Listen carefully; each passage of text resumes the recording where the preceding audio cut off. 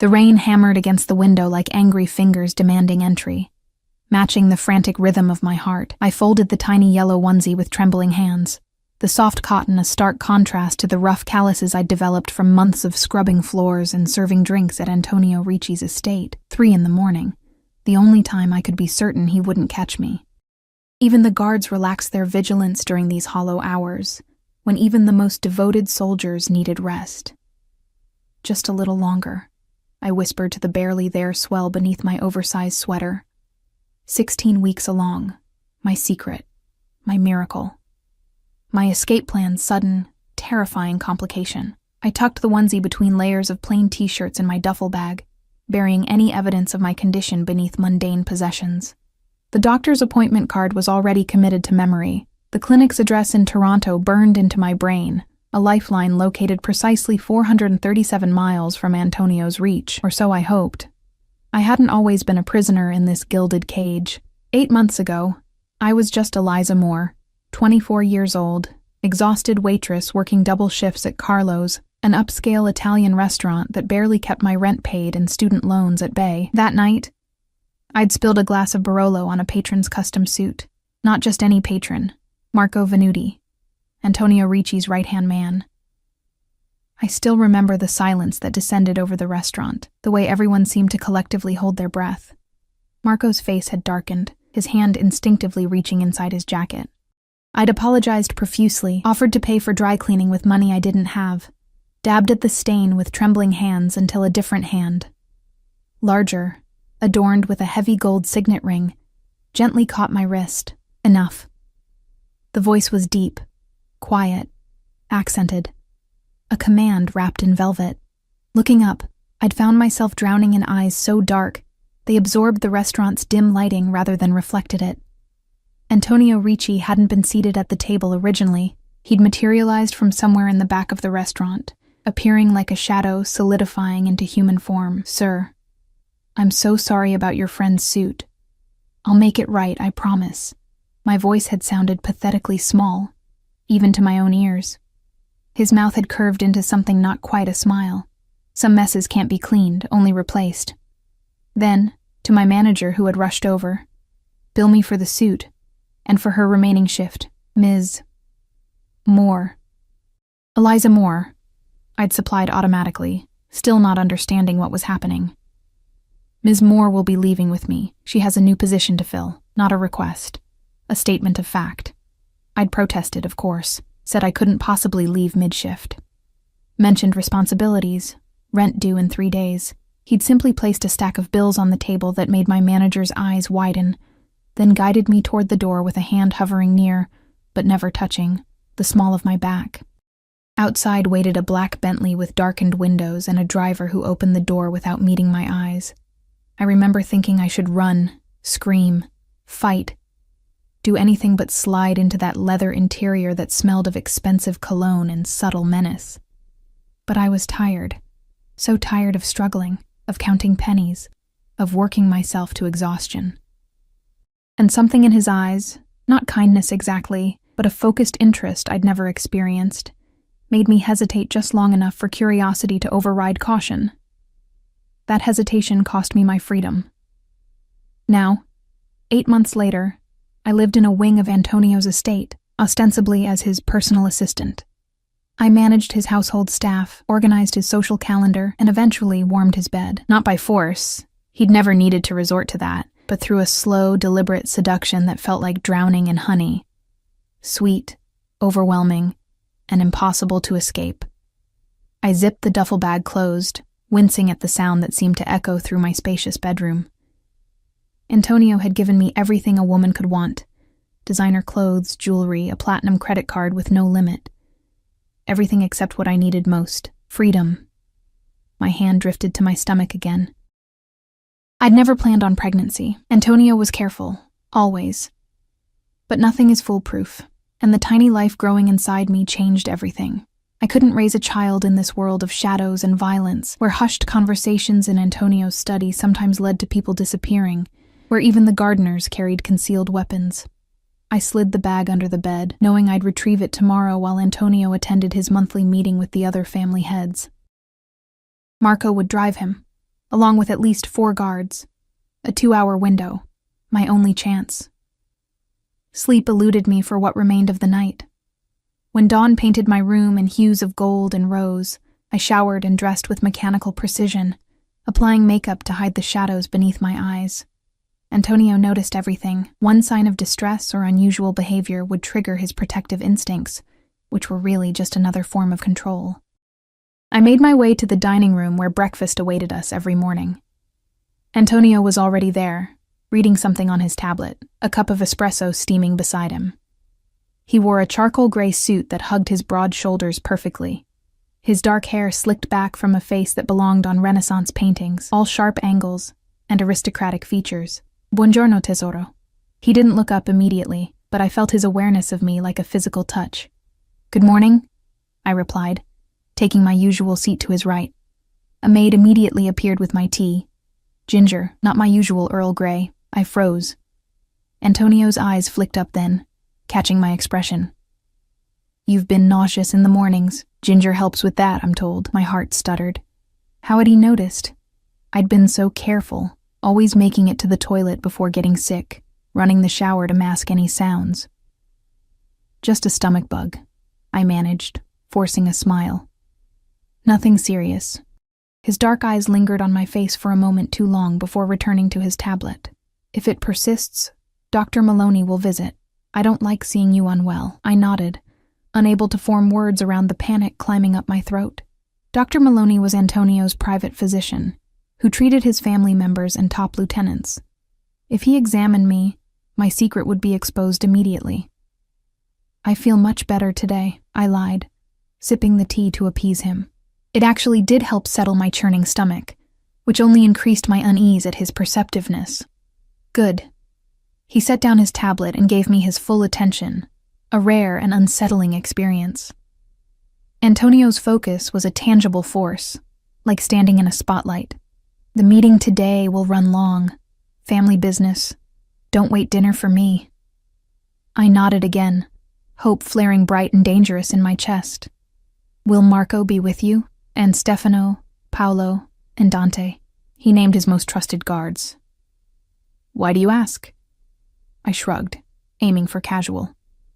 Just wondering if Marco will be available to drive me to the bookstore. I finished everything on my nightstand. Antonio's expression softened marginally. He approved of my reading habits, often discussing books with me late into the night. It was during those conversations I could almost forget who he was, what he did. Almost. Take Vincent, he said, referring to one of the younger guards. He can accompany you. I forced another smile. Thank you. Breakfast continued with mundane conversation. I asked about his schedule, reminded him of an upcoming charity gala, and carefully constructed the facade of a woman content with her golden cage. All the while my mind raced through contingencies. Vincent was newer, less experienced than Marco. Perhaps I could lose him in a department store, slip out a service entrance. Antonio rose from the table eventually, straightening his already impeccable tie. He moved around to my chair, tilting my face up with a finger under my chin. His touch was gentle, always gentle, which made the implications of his power all the more terrifying. Be good while I'm gone, he murmured, leaning down to press his lips against mine in a kiss that lingered, promising and possessive. Against my will, my body responded to him as it always did, heart racing, skin warming. This chemical reaction between us was part of my prison, shackling me with needs and desires I couldn't fully control. When he pulled away, his eyes had darkened, and for a panicked moment, I thought he might cancel his meeting. Instead, he straightened, brushing a thumb across my lower lip. We'll continue this tonight, he promised, the words sending conflicting waves of dread and anticipation through me. Then he was gone, his security detail falling into formation around him as he strode through the mansion and out to the waiting cars. I watched from the window as the small convoy disappeared down the long driveway, forcing myself to wait a full 30 minutes more to ensure they wouldn't return for some forgotten document or last-minute change. When I was certain, I moved quickly. I changed into jeans and a sweater, items I rarely wore since Antonio preferred me in dresses. I retrieved my duffel bag, adding a framed photo of my parents, long deceased, and the emergency cash I'd slowly accumulated from the shopping money Antonio gave me each week. Heart pounding, I made my way toward the service entrance near the kitchen. Vincent was in the security office, monitoring cameras. My path would take me through a blind spot I'd identified months ago, a space between the pantry and the staff exit where the camera's angle couldn't quite reach. The kitchen was empty except for Mrs. Rossi, the head cook, who was preparing dough for tonight's dinner. She glanced up, eyebrows rising at my casual attire. "Going somewhere, miss?" "Just to get some fresh air in the garden," I replied, with a smile I didn't feel. "Doctor's orders for this lingering stomach bug." She nodded sympathetically. "The air will do you good. Shall I bring you some tea there?" "No, thank you. I'll be back inside shortly." Each step toward freedom felt simultaneously like floating and wading through quicksand. I slipped through the pantry, counting my heartbeats, and edged along the wall toward the exit. The door opened silently. I'd oiled the hinges myself last week, and then I was outside, the autumn air cool against my flushed skin. I stuck to the hedgerow, keeping low, making my way toward the service gate where deliveries came through.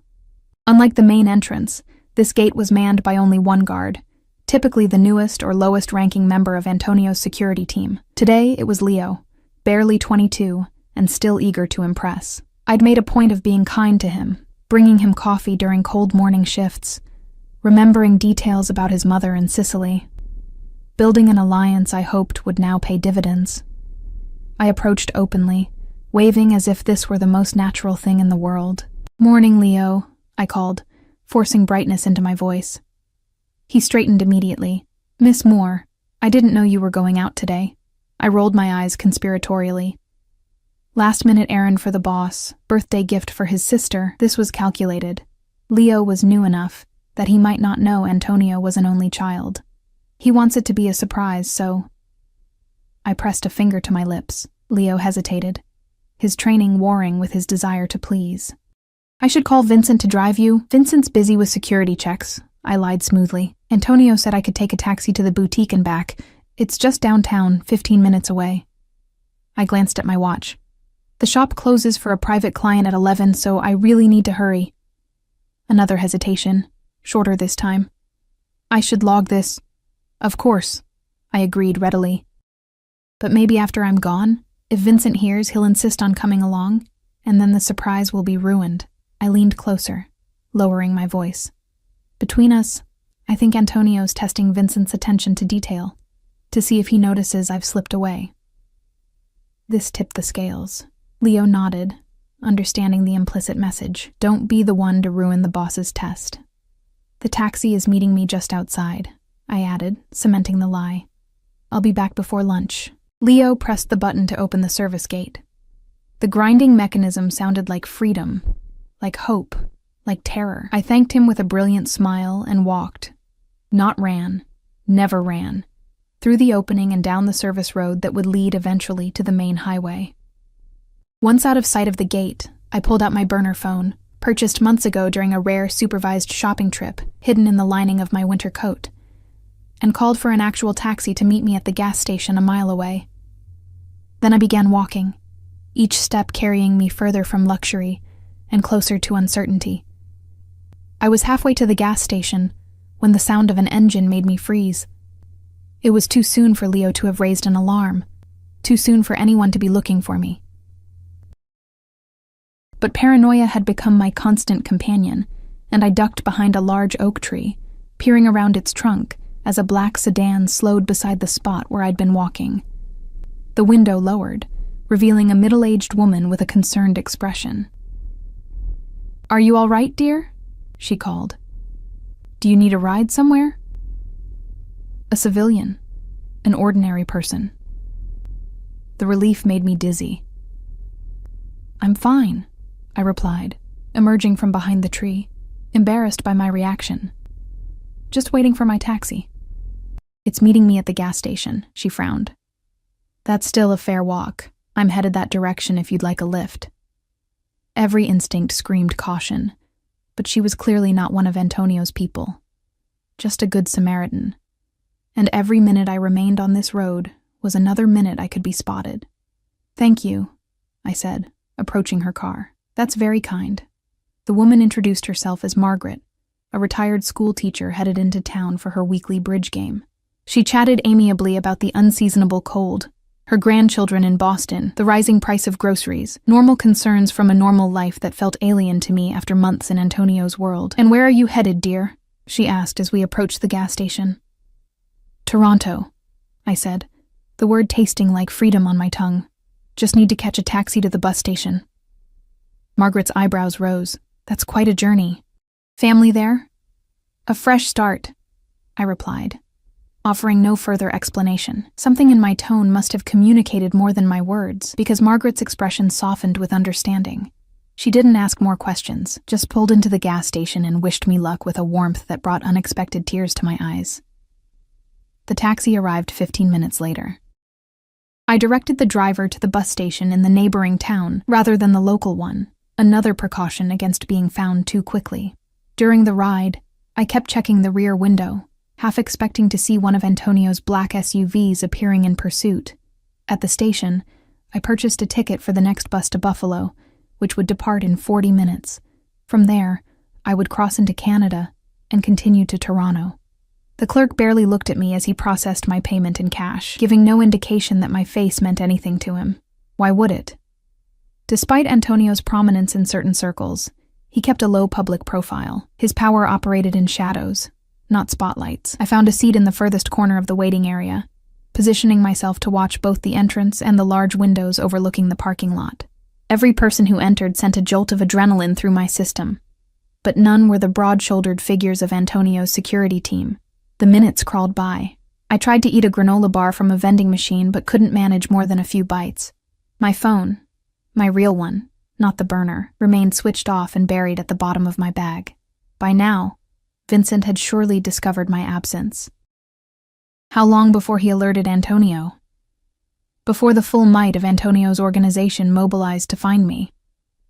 "Now boarding for Buffalo," announced a bored voice over the intercom. I shouldered my bag and joined the small queue of passengers, mostly elderly travelers and college students. Normal people with normal lives. I would be one of them soon. Anonymous.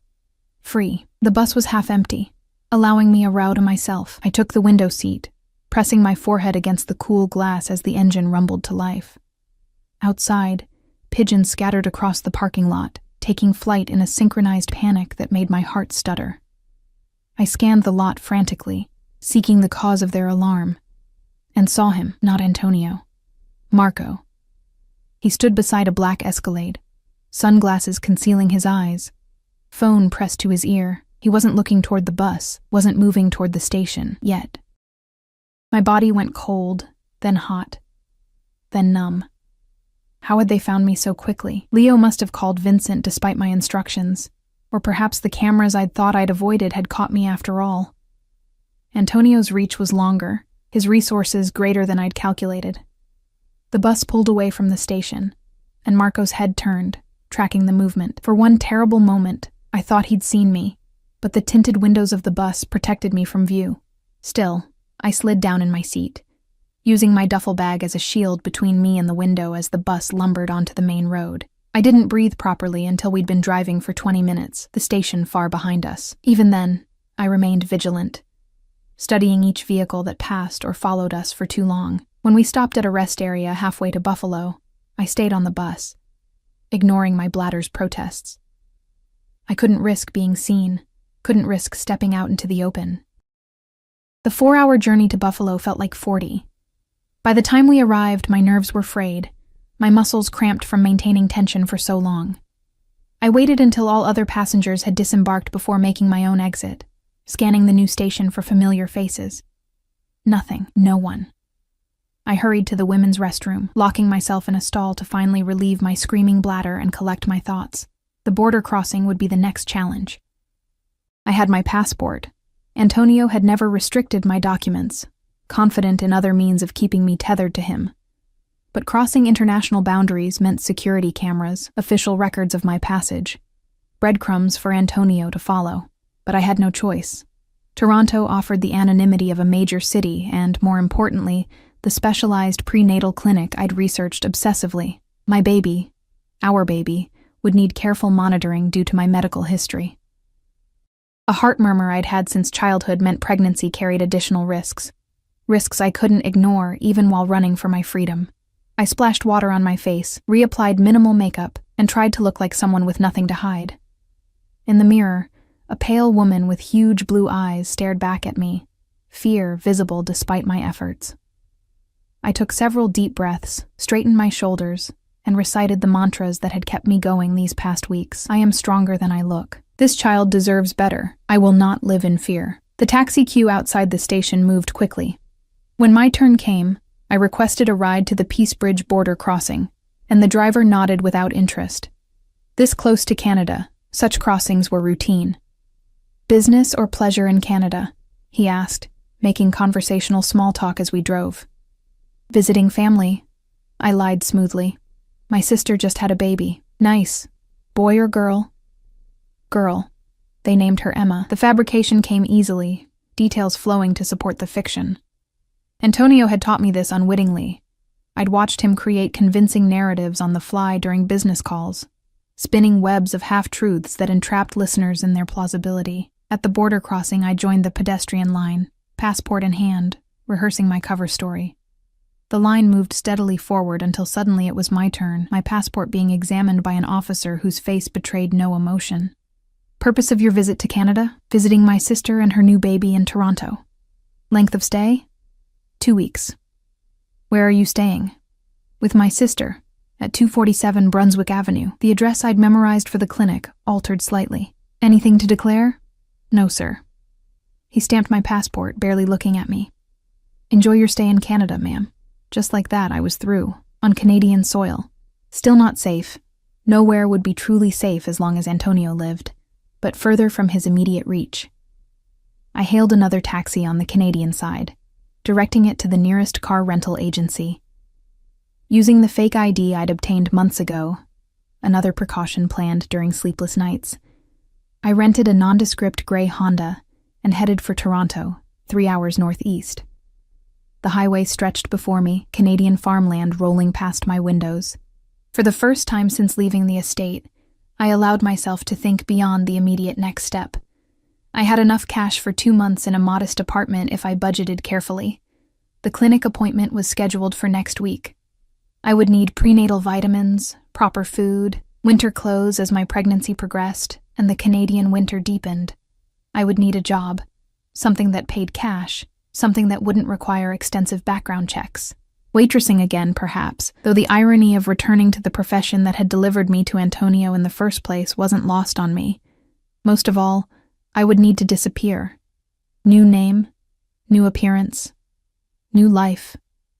The old Eliza Moore would cease to exist, replaced by someone I hadn't fully invented yet. Rain began to fall as I approached Toronto, the skyscrapers emerging through mist like sentinels. I found a cheap motel on the outskirts of the city, paying cash for 3 nights. The room was clean but sparse, a far cry from my luxurious quarters at Antonio's estate. The contrast didn't bother me. This shabby room represented choice, not captivity. I showered, letting hot water sluice away the journey's tension, then collapsed onto the bed. Exhaustion claimed me immediately, pulling me into dreams filled with pursuing shadows and dead ends. I woke disoriented, the unfamiliar ceiling confusing me until memory rushed back. Free. I was free. My phone showed 7:14 p.m. I'd slept for nearly 5 hours. Hunger gnawed at my stomach, reminding me I was eating for 2 now. The motel office had advertised a diner across the street. Not gourmet Italian cuisine prepared by Mrs. Rossi, but it would suffice. I pulled on fresh clothes and was reaching for the door when a knock froze me mid-motion. 3 sharp raps, authoritative, familiar. My breath caught in my throat. It couldn't be. Not already. Not here. "Housekeeping," called a female voice with a thick Eastern European accent. Relief made my knees buckle. "No, thank you," I called back. "I don't need service today." "Okay, sorry to disturb," came the reply, followed by the sound of a cart rolling away. I waited several minutes before opening the door, peering out cautiously before stepping into the evening air. The diner's neon sign buzzed across the street, promising hot food and normalcy. Inside, I slid into a booth and ordered a cheeseburger, fries, and a prenatal-safe herbal tea I'd researched. The waitress raised no eyebrows at my order or my solitude, just another traveler passing through. Invisible in the most wonderful way. As I waited for my food, I pulled out the burner phone and searched for local apartments for rent. Tomorrow I would begin viewing places, prioritizing buildings with security entrances and multiple exit routes. The clinic was in a neighborhood called the Annex. Perhaps I could find something nearby. My food arrived, and I devoured it with an appetite that surprised me. The simple meal tasted better than any of the gourmet dishes I'd grown accustomed to. Freedom, it seemed, was the best seasoning. I was halfway through my fries when the diner's door opened, admitting a blast of cool air and a trio of men in business suits. I glanced up automatically, then froze. A fry suspended halfway to my mouth. None of them were Antonio's men. Of course they weren't. Just ordinary businessmen stopping for dinner. But the moment of panic lingered, curdling in my stomach. This would be my life now, flinching at shadows, seeing threats in every dark-haired man. Never fully relaxing, the weight of it settled on my shoulders. A different kind of prison. No. I refused to live that way. I would be cautious, yes, but not paralyzed by fear. I finished my meal deliberately, paid the bill, and walked back to the motel with measured steps. In my room, I unpacked properly, hanging my few clothes in the closet, arranging toiletries in the bathroom, making this temporary space mine. A small act of defiance against the impermanence that had defined my recent existence. The baby clothes, the yellow onesie that had nearly betrayed me. I placed under my pillow a talisman, a promise. "We're going to be okay," I whispered, hand on my stomach. "We're going to be free." I slept fitfully that night, dreaming of Antonio. Not nightmares of pursuit, but worse somehow. Dreams of his touch, his rare smiles, the moments when I'd almost convinced myself what we had was love, not possession. I woke aching with a confused blend of relief and loss that disgusted me. The next 3 days passed in a blur of apartment viewings and practical preparations. I found a small one-bedroom in a secure building 10 blocks from the clinic, signing a month-to-month lease under my false identity. I purchased essentials, groceries, additional clothing, a prepaid Canadian phone. I scouted the neighborhood, noting escape routes, police stations, 24-hour businesses where I could seek refuge if needed. Each night I checked the locks 3 times before sleeping. Each morning, I scanned the street from my window before venturing out. Hypervigilance became my companion, as constant as the gentle fluttering I'd begun to feel from the life growing within me. On the 4th day, I visited the clinic for my initial appointment. The doctor was kind, competent, asking no questions about my missing medical records or absent partner. She confirmed what I already knew: 16 weeks pregnant with a seemingly healthy baby. Too early to determine gender, but all measurable indicators within normal ranges. "Your heart murmur is mild," she assured me after listening to my chest. "We'll monitor it closely, but I don't anticipate complications if you follow care guidelines." I left with prenatal vitamins, pamphlets on maternal nutrition, and a small black and white sonogram image that I couldn't stop staring at. A tiny human with clearly visible fingers, a defined spine, the round curve of a head. My child. Antonio's child. A human being who deserved better than the life either of us had planned. I tucked the sonogram into my wallet, nestled beside my fake ID. Proof of my purpose, my reason for running. Looking at it brought clarity whenever doubts crept in. And they did creep in, particularly at night when loneliness pressed heaviest. By the end of my 2nd week in Toronto, I'd established the beginnings of a routine. I found work at a small cafe 3 blocks from my apartment. Nothing fancy, just serving coffee and pastries to morning commuters.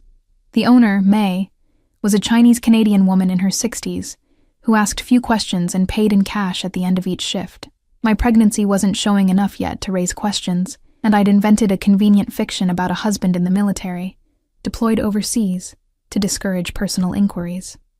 The work was exhausting in my condition, but the mundane interactions with customers helped anchor me to this new reality.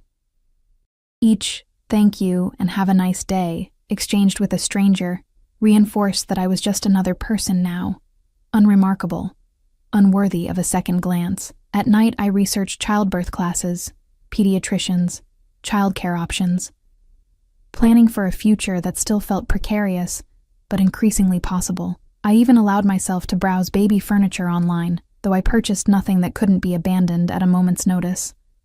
I was adapting, surviving, almost beginning to believe I'd escaped. Then came the roses. They arrived at the cafe during my morning shift exactly 17 days after I'd fled Antonio's estate. 24 blood-red blooms arranged in a crystal vase I recognized immediately. Baccarat crystal, Antonio's preferred brand for the fresh flowers that had appeared in my room each week at his home. "Delivery for Eliza," announced the courier, setting the arrangement on the counter. May clapped her hands in delight. "Secret admirer?" she asked, eyeing the luxurious arrangement. I couldn't speak, couldn't breathe. The room tilted dangerously, edges blurring. "Eliza, are you all right?" May's voice seemed to come from very far away. "Fine," I managed, just surprised. "There's a card," she pointed out, reaching for the small envelope nestled among the blooms. "I'll read it later," I said quickly, snatching it before she could open it. "Private. From my husband." The lie tasted like ashes. May nodded, still admiring the flowers. "Very romantic man, your husband. These must have cost a fortune." Money had never been an object for Antonio. What he valued was possession, complete and unchallenged. I finished my shift mechanically, smiling at customers while my mind raced through increasingly desperate scenarios. How had he found me? What surveillance had I missed? Was he here, in Toronto, or merely demonstrating his reach? The card remained unopened in my pocket. A ticking bomb I couldn't bring myself to defuse. Only when I'd locked myself in the employee bathroom did I finally extract it with trembling fingers. The envelope contained a single card, with a handwritten message in Antonio's elegant script. "The penthouse suite at the Ritz-Carlton. 8 p.m. tonight. Come home, Tesoro." This game has gone on long enough. No threats. No mention of consequences if I refused. He didn't need to spell them out. I tore the card into tiny pieces and flushed them down the toilet. Then I bent over the sink, splashing cold water on my face to combat the wave of nausea that had nothing to do with pregnancy. I couldn't go back to May, couldn't face her questions, or the damning roses still displayed prominently on the counter. Instead, I grabbed my coat and slipped out the back door, texting her that I felt ill and needed to leave early. Outside, the November air bit at my cheeks, but I barely noticed. My eyes darted in every direction, searching for watchers, for the familiar silhouettes of Antonio's security team. The street looked normal. Commuters hurrying past, a mother pushing a stroller, construction workers repairing a storefront, but normalcy meant nothing. Antonio's people excelled at blending in. I walked briskly toward my apartment, then abruptly changed direction, ducking into a department store. I wandered through cosmetics, housewares, and women's clothing, constantly checking behind me, before exiting through a different door. From there, I caught a bus heading west, away from both my apartment and the Ritz-Carlton, and rode it to the end of the line. I found myself in a suburban neighborhood I didn't recognize, with chain restaurants and big-box stores lining a wide avenue. Anonymous. Interchangeable with 1,000 similar North American neighborhoods. I ducked into a chain coffee shop and ordered herbal tea, claiming a table in the corner with clear sightlines to all entrances. Think, Eliza, think. I couldn't return to my apartment. It was surely compromised. Couldn't go back to the cafe. Couldn't access what remained of my emergency cash, hidden in a lockbox under my bed. All the careful preparations of the past 2 weeks, rendered useless in an instant. I could run again. Find another city, another identity. But how long before Antonio found me there too? His network was vast, his resources seemingly limitless. And I was pregnant, increasingly vulnerable, with dwindling funds and no support system. The alternative, meeting him at the Ritz, accepting whatever terms he offered, made my stomach clench. I knew Antonio. He wouldn't physically harm me, especially not while I carried his child. But he would never forgive this betrayal. Never trust me again. The relative freedom I'd enjoyed before would seem expansive compared to the restrictions he'd impose now. A golden cage would become an iron one. As the afternoon wore on, I considered and discarded a dozen different plans. Go to the police? With what evidence? Antonio's legitimate businesses formed a perfect shield for his other activities. Cross the border back to the States? Impossible without returning to my apartment for my passport. Disappear into Toronto's shelter system? Unsustainable in my condition, and too risky for the baby's health. By 6 o'clock, resignation had settled like lead in my stomach. I had no viable alternatives. I would meet Antonio, negotiate whatever terms I could for my child's future, and accept the consequences of my failed escape. I hailed a taxi to the Ritz-Carlton, a gleaming tower in downtown Toronto. The lobby was exactly what one would expect. Marble floors, tasteful lighting, discreet staff who betrayed no reaction to my casual attire among the well-heeled guests. I approached the front desk with as much confidence as I could muster. "I'm expected in the penthouse suite," I said simply. The clerk nodded, reaching for a key card.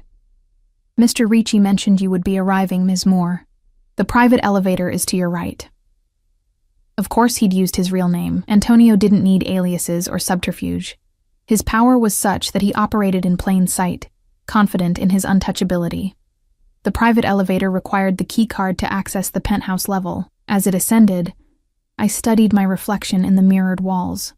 Pale face, shadows beneath my eyes, hair pulled back in a simple ponytail. So different from the polished appearance Antonio preferred. Let him see what his pursuit had reduced me to. The elevator opened directly into the penthouse foyer. Beyond, floor-to-ceiling windows showcased Toronto's glittering skyline, the CN Tower illuminated against the night sky. The suite was immense, decorated in creams and golds, fresh flowers everywhere. Roses again, their sweet scent cloying in the heated air. Eliza. My name, spoken in that familiar accent, sent a shiver down my spine. I turned slowly. Antonio stood by the fireplace, one hand in the pocket of tailored trousers, the other holding a tumbler of amber liquid. He wore no jacket, just a crisp white shirt with rolled sleeves revealing powerful forearms. His dark hair was shorter than when I'd left, emphasizing the sharp angles of his face. But it was his eyes, those impossibly dark eyes, that captured me, as always. They revealed nothing while seeing everything. "You're late," he observed, glancing at his watch. "It's 8:17. I found my voice, determined not to show weakness. I considered not coming at all.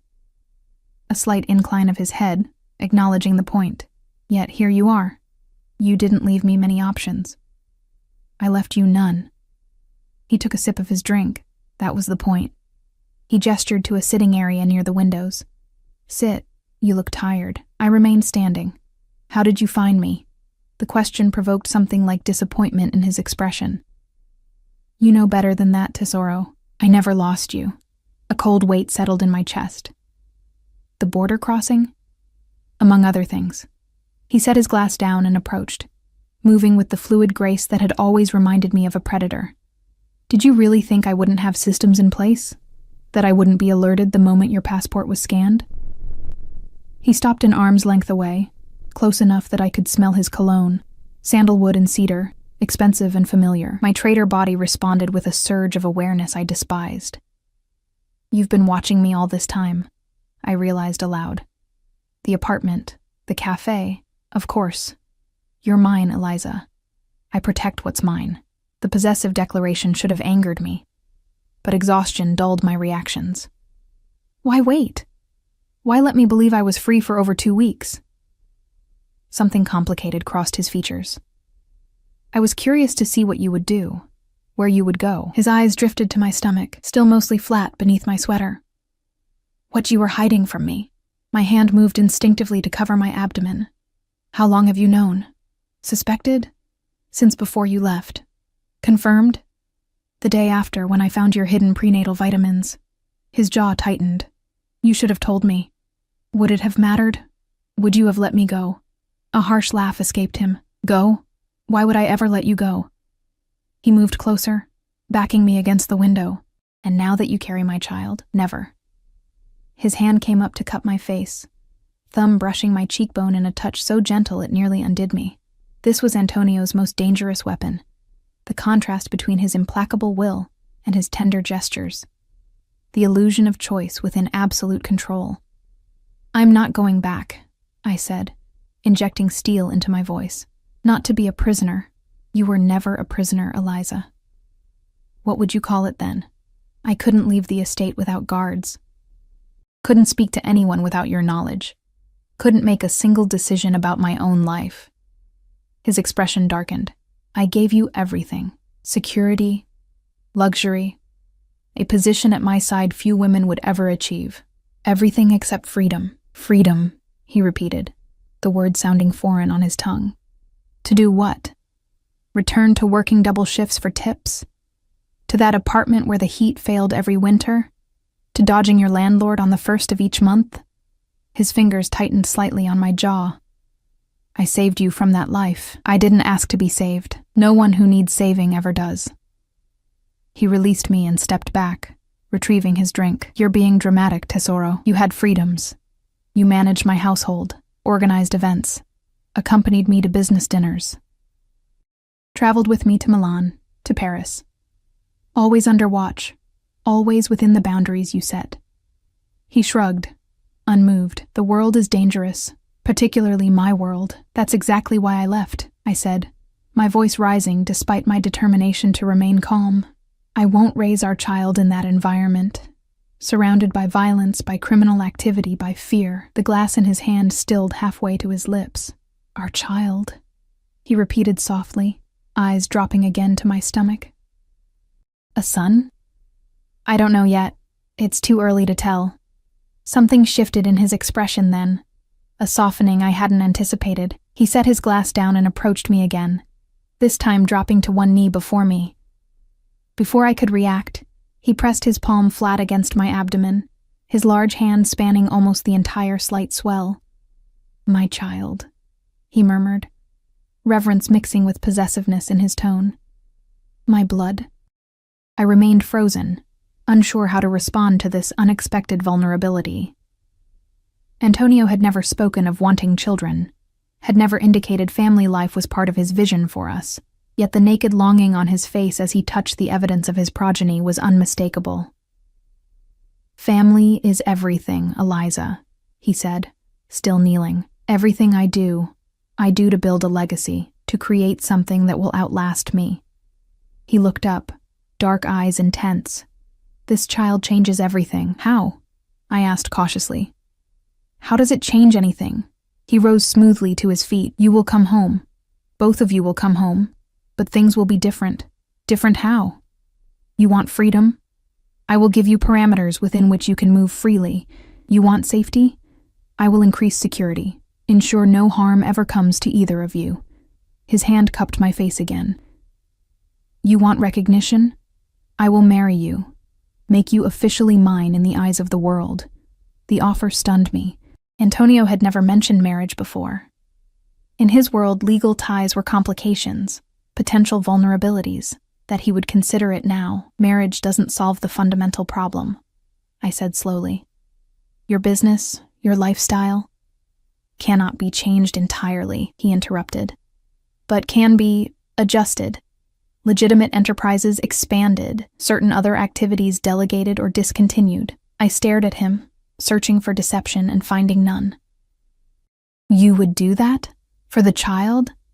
"For my family," he corrected. "For what matters most." His words hung in the air between us, a promise I wasn't sure I could trust. Antonio never made concessions. He negotiated, manipulated, and ultimately prevailed. This sudden willingness to compromise felt like another trap, more subtle, but no less confining.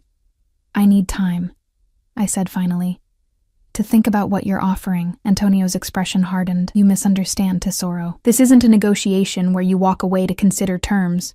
You're coming home with me tonight. And if I refuse?" His smile was cold. "Then things become considerably less pleasant. Not for you, never for you, but perhaps for May, whose expired visa I've been graciously ignoring. Or for that doctor at the prenatal clinic who prescribes her self-controlled substances. So many vulnerable people in your new life, Eliza. The threat, delivered so casually, stole my breath." This was the Antonio I'd fled. The man who viewed people as chess pieces, who found everyone's weakness and exploited it mercilessly. You wouldn't, I whispered, knowing even as I said it that he absolutely would. I would prefer not to, he acknowledged. I would prefer you make the intelligent choice. The choice that protects our child and secures your comfort. He checked his watch. The jet is waiting. We leave in 1 hour. The jet? We're flying back tonight? Of course. I have business to attend to tomorrow. Important meetings I've postponed for this retrieval operation. The clinical term made me flinch. That's all this was to him. An asset retrieval, like recovering stolen property. Despite his declarations about family, about marriage, nothing fundamental had changed in how he saw me. As a possession. His possession. I need to pack my things, I said, playing for time. My clothes, my unnecessary, everything you need is at home. Anything specific can be replaced. Of course. My meager Toronto belongings were beneath his notice, unworthy of delay. The practical items I'd purchased for the baby, a few onesies, soft blankets, a stuffed rabbit, were nothing compared to what Antonio would provide. Designer clothes, custom furniture, a nursery that would rival royal accommodations, a gilded cage for a second generation. 1 hour, I repeated dully. Antonio nodded, satisfied with my apparent acquiescence. He returned to the sidebar to refill his drink, his back momentarily to me. Would you like something? Non-alcoholic, of course. Water, please. He filled a crystal tumbler from a bottle of San Pellegrino. He'd always insisted on the Italian brand even in America, and brought it to me, his fingers brushing mine in the transfer. The casual contact sent an unwelcome jolt through me, a reminder of the physical chemistry that had been part of my imprisonment.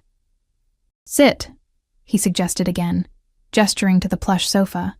You look pale. This time I obeyed, partly because my legs truly did feel weak beneath me. Antonio took a seat opposite, studying me with the intense focus that had always made me feel simultaneously seen and dissected. You've lost weight, he observed. Not eating properly? The concern in his voice sounded genuine, which only confused me further. Antonio's ability to compartmentalize was extraordinary. He could threaten innocent people one moment and worry about my nutrition the next, seeing no contradiction in his behavior. Morning sickness, I replied. It comes and goes. He frowned. Dr. Maloney will examine you as soon as we return. You'll have whatever specialists you need. His gaze softened marginally. No expense will be spared for your care or the child's. You know that. I did know that. Antonio's generosity had never been the issue. It was the price of that generosity, complete surrender of autonomy, that I couldn't accept. And after the baby is born, I asked, what then? Will I be allowed to take them for walks without an armed escort? To choose their school without your approval? To visit my friends without reporting my whereabouts? You have no friends, Eliza, he said bluntly. You had acquaintances before me. Co-workers, former classmates, none of whom reached out when you disappeared from your old life, and you've made no meaningful connection since. He leaned forward. I am your world. I have been since that night at Carlo's. The sooner you accept that reality, the happier you'll be. The worst part was that he wasn't entirely wrong. My life before Antonio had been a lonely struggle for survival, working too many hours to maintain real friendships. And he had systematically isolated me since, ensuring my emotional dependence matched my financial one. That's not normal, I said quietly. It's not healthy. Normal is a luxury for ordinary people, he replied. Neither of us is ordinary, Tesoro. Certainly, our child won't be. I sipped my water, mind racing for options, for leverage, for any path that didn't lead back to complete capitulation. But Antonio had outmaneuvered me at every turn. He'd found me with ease, neutralized my meager attempts at independence, and now held others hostage to my compliance. You said things would be different, I reminded him, grasping at the one thread of hope. What exactly did you mean? Antonio set his glass down, steepling his fingers in a gesture I recognized from his business negotiations. As my wife, you would have certain additional protections and privileges. Legal rights to property, to financial assets. I don't care about money. Everyone cares about money, Eliza. Those who say otherwise simply haven't experienced true poverty. His tone was didactic, as if educating a naive child. But beyond financial security, you would have status within the family, respect and deference from my associates, a voice in matters that concern our household and our child, but not in your business. No, never that. His expression hardened. Those boundaries remain absolute. Even the legitimate businesses? He considered this, head tilting slightly. Perhaps in time, certain aspects. You have a good mind for organization, for detail, skills that could be useful in the right context. It wasn't much, but it was the first genuine concession he'd offered. A small acknowledgement of my capabilities beyond decorative companion and mother of his heir. And the security, the constant supervision, non-negotiable, particularly now. His eyes dropped to my stomach again. But we can discuss adjustments, protocols that feel less intrusive while maintaining necessary protection. I thought of the guards who followed me through department stores, the cameras in every room of the estate, the drivers who reported my every movement. Define, less intrusive. Female guards for personal shopping, private areas of the estate without surveillance, scheduled time alone if you require it. His jaw tightened. Within secure parameters. Again, small concessions. Crumbs of autonomy offered as if they were feasts. Yet compared to my previous existence in his world, they represented progress. The question was whether they were genuine offers or merely temporary enticements to secure my compliance. And if I agree to all this, I said carefully, how can I trust you'll keep your word? That these adjustments won't disappear the moment we're back on American soil. Antonio's expression darkened. Have I ever broken a promise to you, Eliza?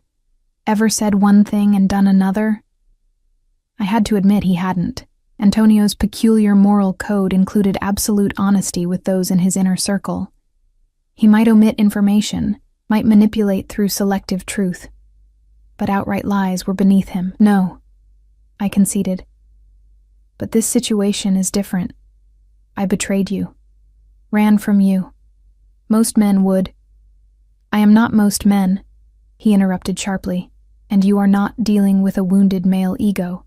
This is business, Eliza. You are an asset who attempted to self-extract. I've recovered you.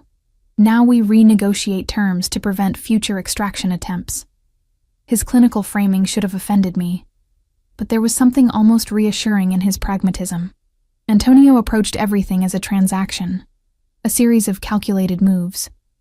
Emotion rarely clouded his decisions, which made his promises, however limited, more reliable than passionate declarations would have been. And the child? I pressed. What role do you envision for yourself as a father? Something shifted in his expression then, a complexity I couldn't fully interpret. I never knew my father, he said after a moment. He was killed when I was an infant. My mother raised me alone until her brother, my uncle Salvatore, took us in. His eyes grew distant. Salvatore became my model, my mentor. He taught me everything. Business, respect, family loyalty. A pause. I will be present for my child in ways my father couldn't be. It was the most personal information Antonio had ever shared with me. In our months together, he'd revealed little about his childhood or his path to power. This glimpse into his past, into the forces that shaped him, gave me pause. You want to be involved, I said. Not just financially, but actually involved in raising them. Of course. He looked genuinely surprised at my doubt. My child will know me, will learn from me, will understand their heritage and responsibilities. His expression softened almost imperceptibly, but will also be protected from the harsher aspects of that heritage, at least until they're of age. I tried to picture it. Antonio reading bedtime stories, attending school functions, teaching a toddler to walk. The images wouldn't quite form, yet I couldn't deny the sincerity in his voice when he spoke of fatherhood. Whatever else Antonio might be, he valued family above all else. Our child would be cherished, if also burdened by expectations I couldn't fully imagine. One last question, I said, setting my water glass down. Why marriage? Why make it official? It's a complication you've always avoided. Antonio rose and moved to sit beside me on the sofa, close enough that I could feel the heat radiating from his body. "Several reasons," he said, his voice dropping to a register that had always affected me deeply. "Legally, it provides the strongest protection for both you and the child.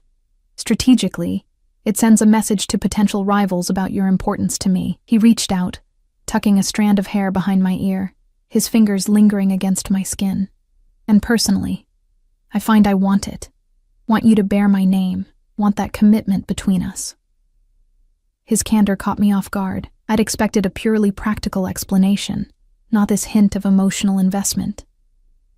Antonio didn't do vulnerability, didn't expose inner desires, that he would admit to wanting this bond between us, not just for practical advantages but for personal reasons, suggested a depth of feeling I hadn't anticipated. "I need your answer, Eliza," he said quietly. "The jet is waiting. Either we leave together, with a new understanding between us, or I make certain calls that will have unfortunate consequences for those you've befriended here." And there it was, the threat beneath the negotiation, the steel fist within the velvet glove. Whatever genuine feeling Antonio might have for me, for our child, his fundamental nature remained unchanged. He would use any leverage, inflict any collateral damage, to achieve his objectives. I looked around the luxurious suite, at the skyline beyond the windows, at the brief taste of freedom I'd experienced. Then I looked at Antonio, the man who had captured me body and soul from our first meeting, who had given me a life of unprecedented privilege and unprecedented constraint, who now offered a modified cage in exchange for my willing return. "If I come back," I said slowly, "I want it in writing, all of it. The terms of my freedom, the boundaries, the concessions, a formal agreement."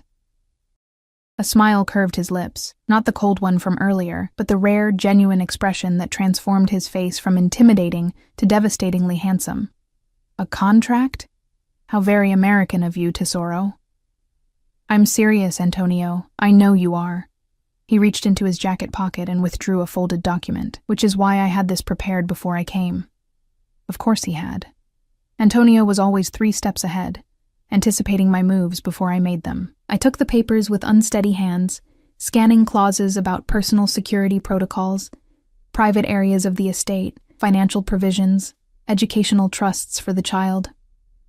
"You'll note there's nothing about my business operations," he said, watching me read. "Those remain separate, as discussed." The document was surprisingly comprehensive, addressing most of the concerns I'd raised and some I hadn't considered. It even included provisions for regular visits to my preferred doctors in Toronto, with appropriate security arrangements. "This is thorough," I admitted. "I know what matters to you, Eliza. I've always known." He took the papers back, setting them on the coffee table. "We can revise if necessary, but the framework is sound, legal, binding, and enforceable." "Enforceable by whom? You own half the judges in 3 states." He inclined his head, acknowledging the point. "Then trust must form part of our arrangement, as it does in any marriage." Marriage. The word still startled me each time he said it. Marriage to Antonio Ricci. A commitment even more binding than the invisible chains that had held me before. Yet also, potentially, a source of power I hadn't previously wielded. As his wife, mother of his heir, I would have status within his organization. Respect, perhaps even influence in time. It wasn't freedom, not truly, but it was a different kind of cage, one with a view, with room to move, with the possibility of gradual expansion. And our child would have both parents, security, opportunities beyond what I could provide alone. "Time to decide, Eliza," Antonio said, glancing at his watch. "The pilot has filed our flight plan. Security is waiting downstairs." I looked into his eyes, searching for any sign of deception, any hint that this elaborate negotiation was merely a pretense before returning to the status quo. What I saw instead surprised me, an intensity that went beyond possession, beyond control, something that, in another man, might be called vulnerability. "Yes," I said finally. "I'll come back, under these terms, for our child." Relief flickered across his features before his composed mask returned. A wise decision. He extended his hand to help me rise from the sofa. I hesitated briefly before placing my fingers in his palm, feeling the familiar calluses on his trigger finger, the strength that could be brutal or gentle depending on his mood. Antonio pulled me to my feet with effortless grace, then used the momentum to draw me closer until barely an inch separated us. "One more thing," he murmured, his breath warm against my face. "If you ever run again, if you ever take my child from me, there will be no negotiation, no agreement, only consequences. Do you understand?" The threat should have terrified me. Instead, it clarified something essential, Antonio's fear. Not that I would escape him permanently. He'd already proven I couldn't. But that I would separate him from his child, deny him the family connection he clearly valued above all else. "I understand," I replied, holding his gaze. "And I want you to understand something too. I didn't run because I didn't care for you. I ran because I couldn't breathe, because I needed to know I could make choices. For myself, for our baby. If you really want me back, not just as a possession, but as a partner, then you need to let me breathe." Something shifted in his expression.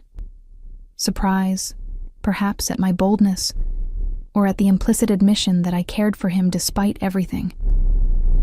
"I need you," he said simply. Words I'd never expected to hear from Antonio Ricci, who needed no one, who had built an empire on self-sufficiency and calculated advantage. Before I could respond, he closed the remaining distance between us, his lips finding mine in a kiss that was both possession and plea. My body responded instantly, traitorously to his touch. The chemistry between us had always been undeniable, a force as powerful as his will or my fear. His hands cradled my face with surprising gentleness, thumbs stroking my cheekbones as if I were something precious rather than retrieved property. When we finally broke apart, both slightly breathless, I saw a new determination in his eyes. "You'll have your space to breathe," he promised.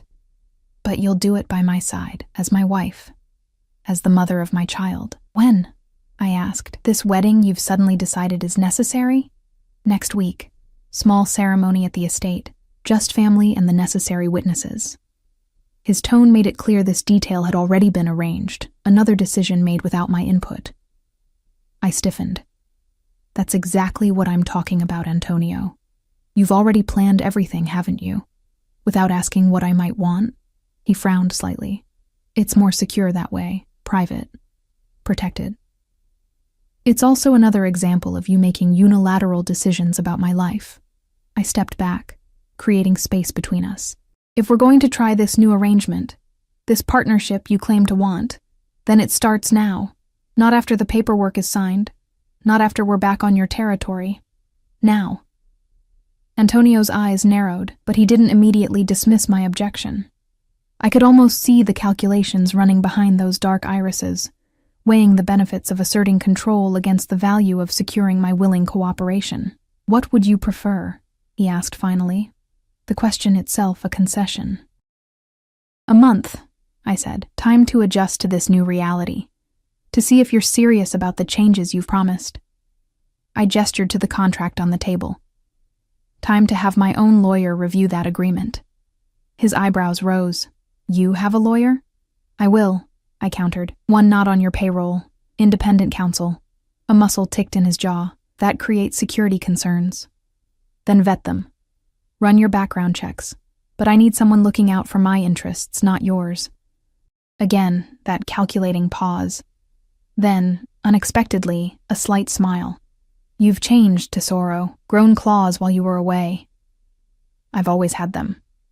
You just never gave me reason to use them before." His smile deepened to something like approval. 2 weeks, he counter-offered. "Enough time for your independent review. The ceremony happens at the estate, with full security protocols, non-negotiable." It wasn't everything I'd asked for, but it was more than I'd expected to receive. Agreed. "And I choose my own dress." This earned a genuine laugh, the rare, unguarded sound that had first made me see him as a man rather than a monster. "The dress is yours to decide. Everything else, guest list, security, timing, remains mine." "And the honeymoon?" I asked, suddenly curious if this figured into his plans. "Italy," he said without hesitation. My villa in Positano, private, secure, and his eyes softened fractionally. Beautiful enough even for you. The thought of the Amalfi Coast, of sun-drenched cliffs and Mediterranean waters, was undeniably appealing. A true vacation, rather than a business trip where I'd been primarily decorative, might actually be pleasant, even with security hovering discreetly in the background. I'd like that, I admitted. Antonio checked his watch again. Now, we really must go. The jet is waiting. This time, I nodded without argument. I'd secured what concessions I could for now. The real battle for independence, for partnership, would unfold over months and years. A marathon, not a sprint. I have nothing with me, I reminded him. No passport, no clothes. All arranged, he replied dismissively. New passport waiting on the plane. Clothes at home. His eyes traveled down my body, a familiar heat in his gaze. Though I've always preferred you without them. The casual intimacy of the remark brought color to my cheeks. This, too, was part of Antonio's power over me, his ability to shift from business to bedroom with a single glance, a single suggestive comment. The physical connection between us had always been intense, overwhelming my better judgment and blurring the lines of my captivity. The plane, I prompted, unwilling to let him see how easily he could still affect me. He nodded, offering his arm in a courtly gesture at odds with the modern setting. I hesitated only briefly before placing my hand in the crook of his elbow, allowing him to guide me toward the elevator. As we descended to the lobby, a strange calm settled over me. I wasn't returning to captivity. Not exactly. Nor was I achieving the freedom I'd sought when I fled with a duffel bag of meager possessions and desperate hopes. I was entering something new, undefined, with both risks and potential rewards I couldn't fully calculate. The lobby was conspicuously empty when the elevator doors opened, cleared of witnesses, no doubt, on Antonio's orders. Outside, a black SUV idled at the curb, flanked by two more identical vehicles. Marco stood beside the center car, opening the door as we approached. "Everything secure?" Antonio asked him. "Yes, boss. Route confirmed. Decoys in place." Marco's eyes flicked to me briefly, his expression unreadable. Had he been the one to track me to Toronto? To report my prenatal appointment, my job at the cafe? Probably. Marco's loyalty to Antonio was absolute. His efficiency legendary within the organization. Antonio helped me into the vehicle's plush interior before sliding in beside me. The door closed with a solid thunk, sealing us in climate-controlled privacy. The partition between us and the driver was already raised. "Comfortable?" Antonio asked as the SUV pulled away from the curb. "Yes," I answered automatically, then realized it was true. After weeks of cheap motels and a Spartan apartment, the vehicle's leather upholstery and smooth ride were luxuries I'd forgotten I'd grown accustomed to. Antonio reached for my hand, entwining our fingers. "The flight is just over 2 hours. You should rest. You look exhausted." I was exhausted, bone-deep tired from weeks of hypervigilance, from constant fear of discovery that had, in the end, proved entirely justified. Now, with the decision made and my immediate future settled, the adrenaline that had kept me functioning was rapidly ebbing, leaving leaden fatigue in its wake. "I might sleep on the plane," I conceded. "Good." His thumb traced idle patterns on my palm, the casual intimacy both comforting and confusing. "When we land, we'll go directly to the estate. Dr. Maloney will examine you first thing tomorrow." The estate. Home, according to Antonio. Prison, according to my recent perspective. The truth I was beginning to understand lay somewhere in between, a place defined less by its physical boundaries than by the power dynamics within them, dynamics I was now cautiously attempting to shift. "And then?" I asked. "Then we begin our new arrangement," he replied simply. "You'll review the contract with your lawyer. I'll make the necessary adjustments to security protocols. We'll announce our engagement." "Announce it to whom? Your criminal associates?" I couldn't keep the edge from my voice. Antonio's expression hardened slightly. "To family, to business partners, to society, in appropriate venues." His grip tightened on my hand. You'll find, Eliza, that the line between criminal and legitimate is far less clear than your American movies would suggest. Many of my associates are respected businessmen, philanthropists, civic leaders, who also happen to engage in racketeering, money laundering, and worse. The world is complex. People are complex. His dark eyes held mine. I am complex. As are you, it seems. What does that mean? It means you claim to despise what I do, who I am, yet you're drawn to me nonetheless. It means you ran from me, but couldn't bring yourself to go far enough that I wouldn't find you. It means you negotiate terms like a seasoned consigliere while trembling at my touch. His free hand moved to my face, fingers tracing my jawline. Complex. I wanted to deny it, to present my motivations as pure and straightforward, protection for my child, escape from control, but he wasn't entirely wrong. Something in me responded to Antonio in ways I couldn't fully rationalize, a pull that transcended fear or pragmatism. Perhaps, I admitted. We're both more complicated than simple labels would suggest. His answering smile held genuine warmth. This is why you fascinate me, Eliza. Just when I think I have you categorized, you surprise me. We lapsed into silence as the motorcade navigated Toronto's evening traffic. Through tinted windows, I watched the city I'd briefly called home recede, the anonymous streets where I'd walked without guards, the cafe where I'd earned honest wages, the clinic where I'd first seen visual evidence of the life growing inside me. A chapter closing, neither entirely failure nor success. At the private airfield, Antonio's jet waited as promised, sleek, white, obscenely luxurious. More guards formed a perimeter as we transferred from vehicles to aircraft, their vigilance a reminder of the world I was re-entering. A world of wealth and danger, of protection that doubled as confinement. Inside, the jet's interior gleamed with leather and polished wood. A flight attendant greeted us with practiced deference, offering drinks, snacks, anything we might desire for the short journey.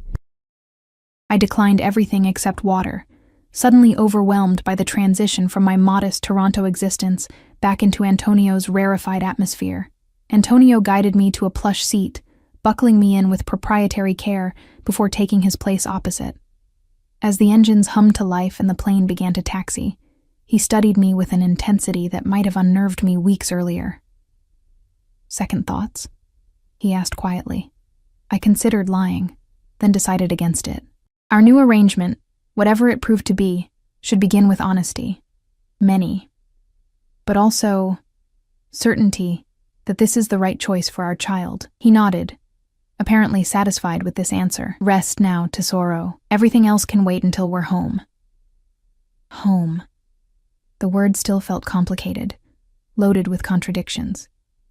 But as the plane lifted into the night sky, leaving Canadian soil and my brief taste of independence behind, I found myself oddly calm.